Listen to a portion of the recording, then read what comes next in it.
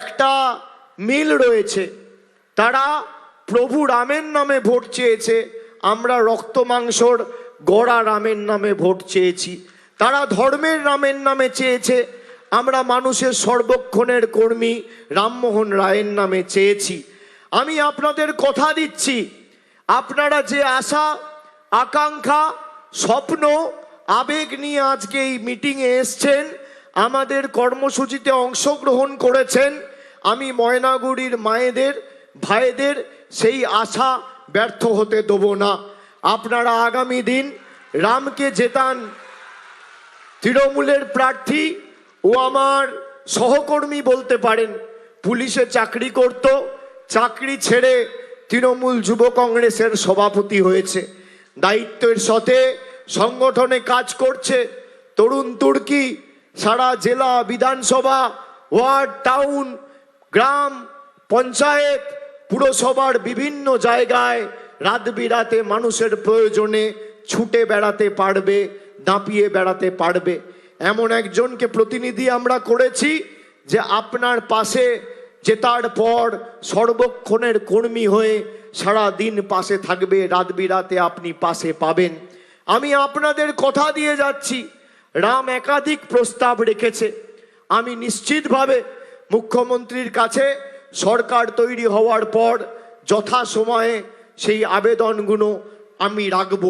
আমি কথা দিচ্ছি, দীর্ঘদিনের আপনাদের এখানে যে হাসপাতালের দাবি, আমি 2022 সালে আমার মনে আছে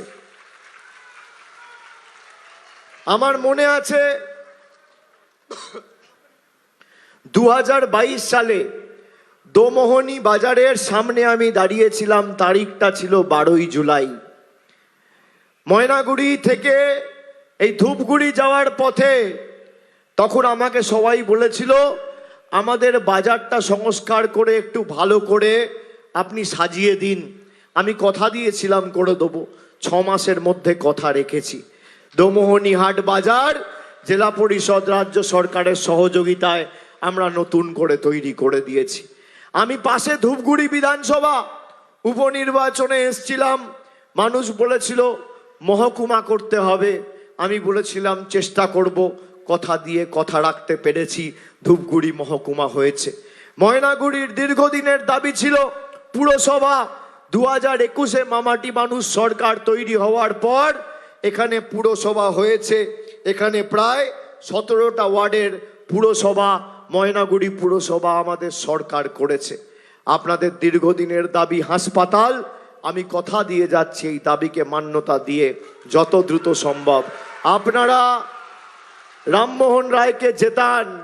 বাকি সার্বিক উন্নয়নের দায়িত্ব আমার।